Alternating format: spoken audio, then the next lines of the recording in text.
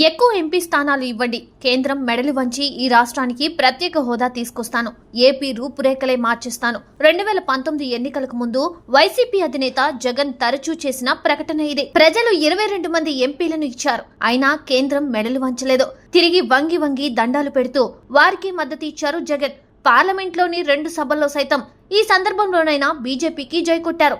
నిర్ణయాలు, బిల్లులు, జాతీయ అంశాలు ఇలా ఒకటేంటి అన్నిటికీ తమ మద్దతును తెలియజేశారు. కానీ గత 5 సంవత్సరాలలో కేంద్రానికి తన అవసరం వచ్చినప్పుడు ప్రత్యేక హోదా మెలిక పెట్టలేదు జగన్. ఈ ఎన్నికల్లో బీజేపీతో పొత్తు పెట్టుకుంది తెలుగుదేశం పార్టీ.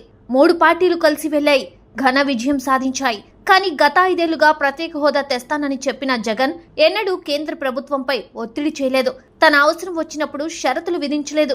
కానీ ఇప్పుడు టీడీపీ మెజార్టీ ఎంపీ స్థానాలు గెలిచేసరికి ప్రత్యేక హోదా తేవాలంటూ సెటైర్లు వేయడం మాత్రం కొంచెం అతిగా ఉంది. తాను చేయలేని పనిని మీరైనా చేయండి అని చెబితే బాగుండేది. కానీ తన అసమర్థతను కప్పిపుచ్చుకొని టీడీపీపై ప్రత్యేక హోదా బురద చల్లేందుకు జగన్ వేసిన ఎత్తుగడగా తెలుస్తోంది. కేంద్ర పెద్దలు వైసీపీని ఆశ్రయించారు.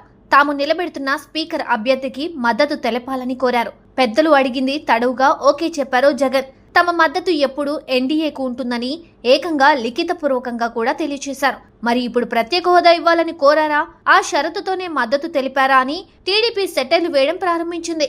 ఎన్డీఏ పూర్తి మెజార్టీ ఉంది.